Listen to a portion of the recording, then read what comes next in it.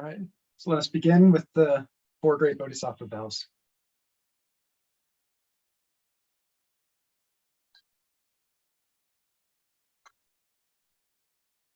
Sentient beings are numberless. We vow to help them all. Delusions are countless. We vow to see through them all. Opportunities to awaken are infinite. We vow to embrace them all. The Buddha way is endless. We vow to embody it.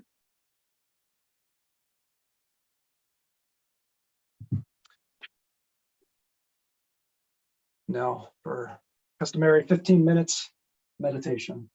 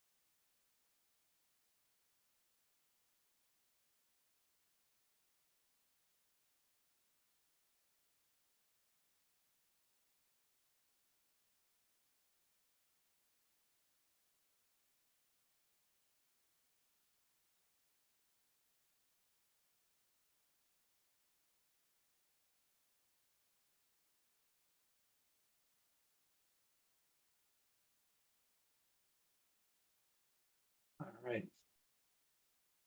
It's time for Kata on opening the sutra.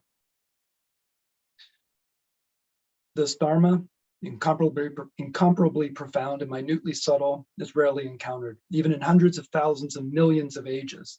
Now we see it, hear it, hold and maintain it. May we completely realize the true mind of all Buddhas.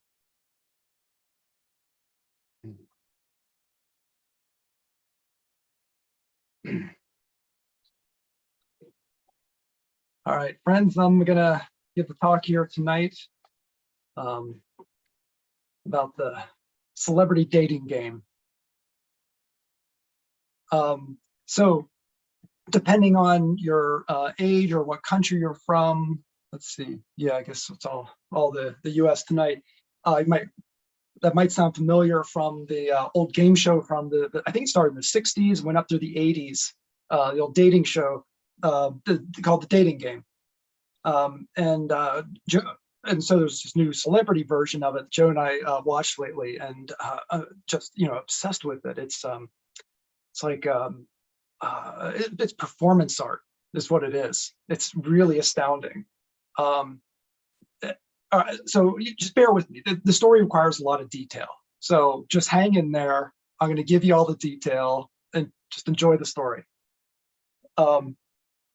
All right, so in case you're not familiar with the original, you would have there's the host, and then there'd be the one lucky person, hopefully, who gets the pick the person for a date, and that person is separated by a wall from 3 contestants. Now, the old version of the show was entirely heterosexual, and so you'd have like 1 man and then 3 female contestants, or a woman and 3 male contestants, and the main person, the bachelor, bachelorette, whatever, would see the contestants and would ask questions and would listen to their voices, try to get a sense of who he or she wanted to have on a date. But back then, like the old show, I mean, we're not talking about going on a date. They would be like, here, you get a week's vacation to Hawaii. You get your flight paid for, the hotel. This is a big deal. And frankly, that like frightens me. Like, wait, you're going to send me off with this stranger? Oh, and in the 70s, one of the guys killed the woman. I'm totally against that. That is bad. Yeah, I think that, and the folks, my understanding is the folks running the show, they didn't know about that for a long time, that it had happened, because it's just like, just send them off, they pay the bill and that's it. But yeah, so not a safe thing. So anyway, it was very uncomfortable and weird show back then. But now there's the celebrity dating, where a celebrity comes out and gets to pick from 3 non-celebrities, and it's no longer a heterosexual show. It's anything, which is a real nice change. And I wonder, like, why are these celebrities doing this? And and most of them seem like really nice people, very intelligent, really interesting. That if you're single, it'd be like, yeah, this would be, whether the person's a celebrity or not, it seems like they'd be a good person to go on a date with. Some of them, yeah, not so much, but most of them seem all right. And wonder, like, why are they doing? Do they really need this? And first thought, like, oh, it's a charity thing, right? But there's no mention of raising money. There's no money involved except, I guess, paying for their date, which I also assume now is highly controlled, right? You're not like sending off this celebrity with this random person. It's probably like, it's in a controlled space, no phone numbers exchanged, guards all around, and signing contracts that you will not touch each other. I mean, yeah, I'm sure it's wonderful, very romantic. But then I guess, they're in on it. They know it's performance art, and they want to be part of this extraordinary artistic event that's going on. It's the only explanation I've got for this. Okay, but anyway, again, bear with me. Lots of detail here. So I got to set this up for you. So there's the main host is Zooey Deschanel, who might not be. She's an actress. Might not be familiar with her. She was in the great Christmas movie Elf. She was one of the 2 main characters in there, with the wonderful singer. And what was it called? The Happening. What's the guy's name? M. Night Shyamalan made. That's a movie he made. I don't know what, I haven't seen her in very much, but I get the impression she's been in lots of things and is quite famous. But and she's great. She has this wicked sense of humor.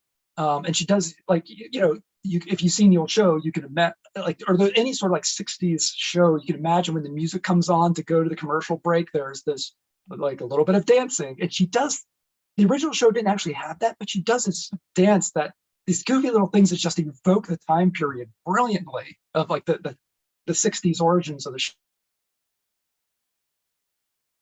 show. She's just I mean, she's an actress, right? I mean, she knows. I mean, she's performing, but she's just an exquisite host. And her sense of humor is excellent. But here's who the other host is. It's Michael Bolton. Yes, that Michael Bolton. For those, I don't know, maybe you don't all know, but he, like, the great American pop singer known for his love ballads. How can we be lovers if we can't be friends? When a man loves a woman. So, like, yes, that Michael Bolton. And he's amazing. He's the best thing on the show. Again, his sense of humor is incredible. It's this dry humor, and you say these little things. Again, this has to be performance art. He's just mind blowing on the show. I love him. But here's his actual role. So part of the game is the contestants guess who the celebrity is, or they try to. I'd fail miserably. Some of them, they're like, instantly they hear the voice and they know it. But anyway, to help them out, he takes, I guess it's not necessarily his songs, but like some love song, and he changes up the lyrics to give clues, like basically makes it about the person. But he sings it to the celebrity. Imagine Michael Bolton singing you a love song from like 10 feet away. Like, that would be an overwhelming experience. And now imagine being one of those three contestants, and you're like, wait a minute, Michael Bolton is just singing this guy love songs, and I'm somehow supposed to look good after that. And people make jokes all the time. They're like, can I take Michael Bolton on a date? Yeah, I mean, again, if you're single, Michael Bolton singing love songs to you, that'd be a pretty awesome experience. So anyway, there's part of what's great about the show. Yeah, sorry, a lot of detail here, bear with me.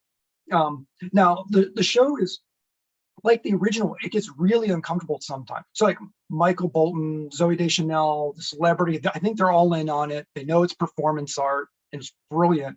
I don't think the contestants get it though. I think they think they're doing this for real.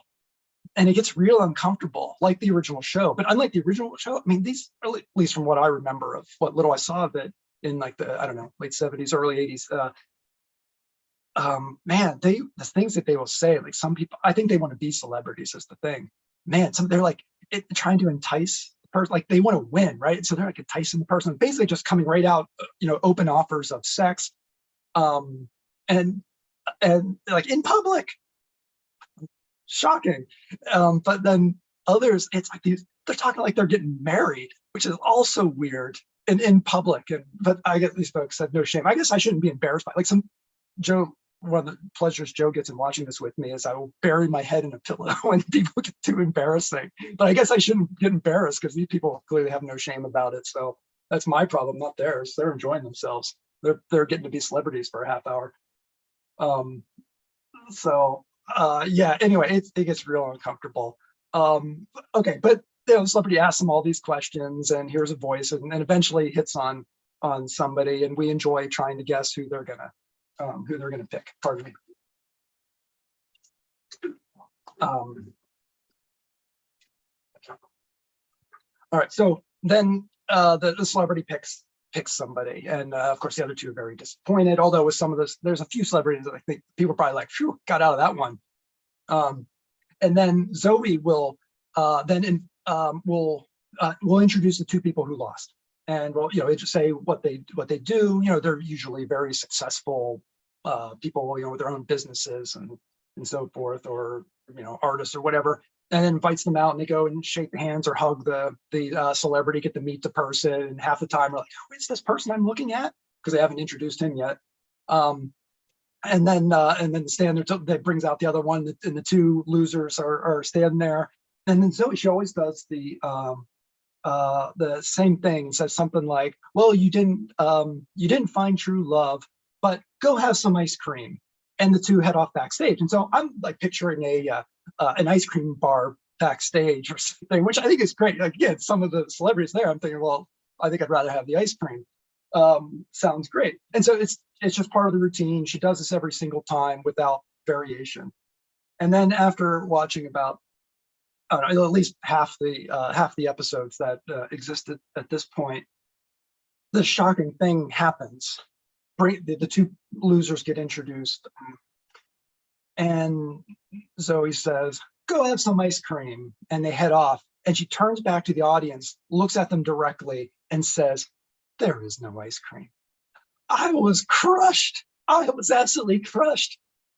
I mean, there was no ice cream. And the way she said it, I couldn't do it perfectly, but the way she said it, it was as if there was such contempt in her voice, as if she was saying to the audience or to me, like, "You contemptuous little fool, why did you ever think there was any ice cream? There was never going to be any ice cream."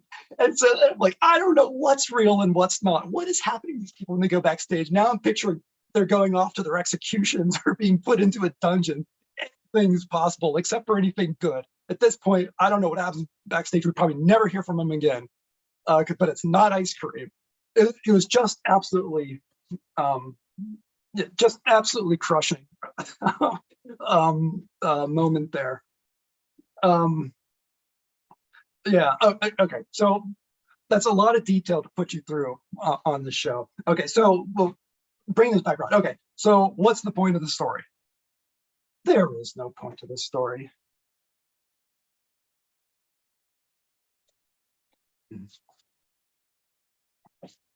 All right.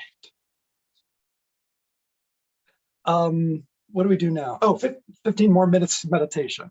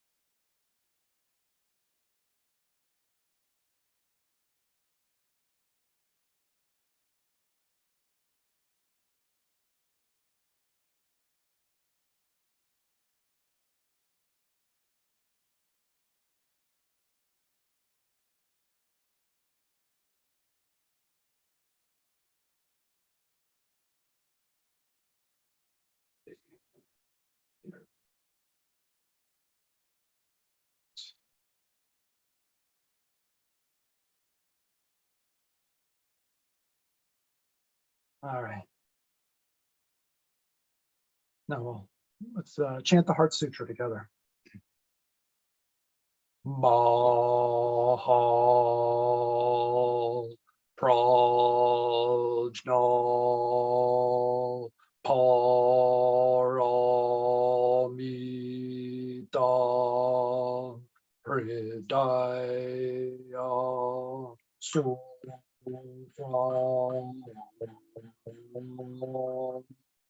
Avalokiteshvara Bodhisattva, when practicing deeply the Prajna Paramita, perceives that all five skandhas are empty and is safe from all suffering and distress. Shariputra does not differ from emptiness. Emptiness does not differ from form. That which is form is emptiness. That which is emptiness, form, the same is true. All feelings, perceptions, impulses, consciousness, Putra, all dharmas are marked with emptiness. They do not appear or disappear, are not tainted or pure, do not increase or decrease. Therefore, in emptiness, no form, no feelings, perceptions, impulses, consciousness.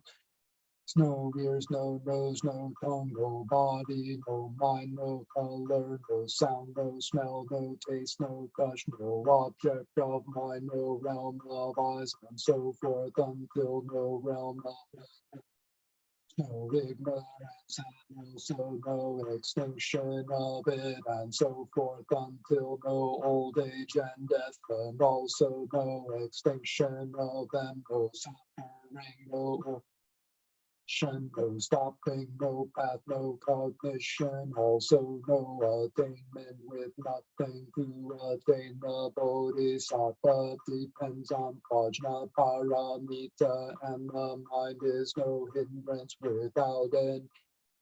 No fears exist far apart from every perverted view. One dwells in nirvana in the three worlds. All Buddhas depend on Prajna Paramita and attain Samyak Sambodhi. Therefore know that Prajna Paramita is the great transcendent mantra, is the great pipe mantra, is the utmost mantra, is the supreme mantra, which is able to relieve us. Do not also proclaim the Prajna Paramita mantra. Proclaim the mantra which says Gate Gate Para Gate Parasamgate Bodhiswaha. Para Gate Parasamgate Bodhiswaha. Gate Gate Para Gate Parasamgate Bodhiswaha.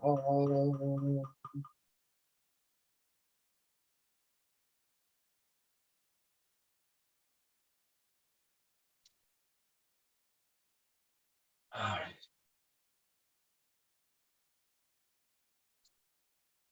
So now let's dedicate our merit.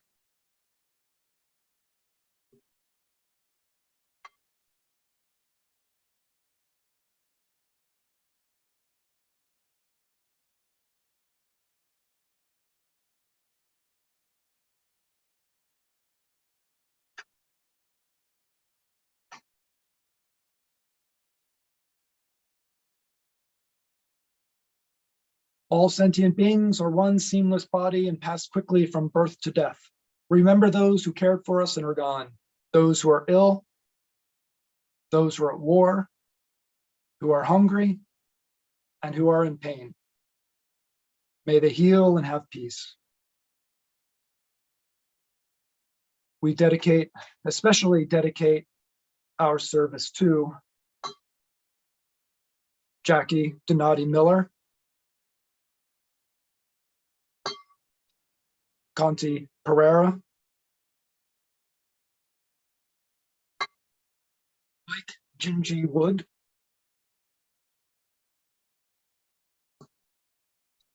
Barry, Sadie. Anyone like to add anybody else?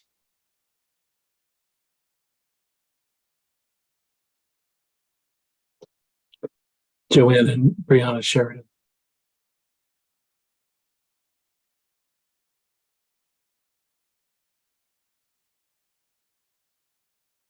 And to all beings in the 10 directions, subject to greed, hatred, and delusions of themselves and others.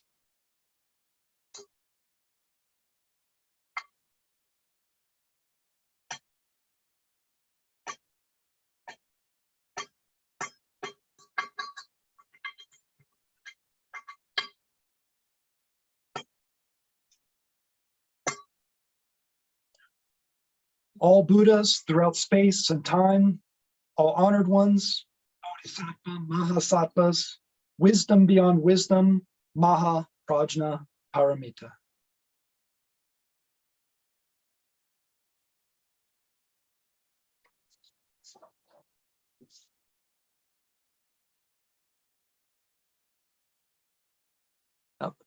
Our faith and practice vow.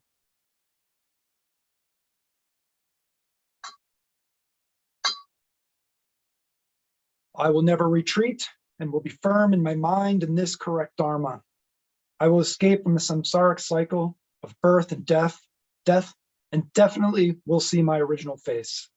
I will be sure to inherit the life of insight of the Buddha and save all sentient beings.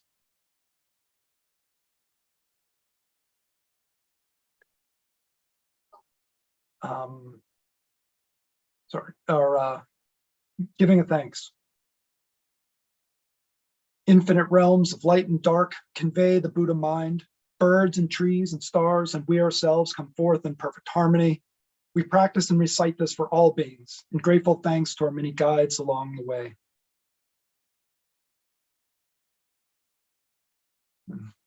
Close with parting words.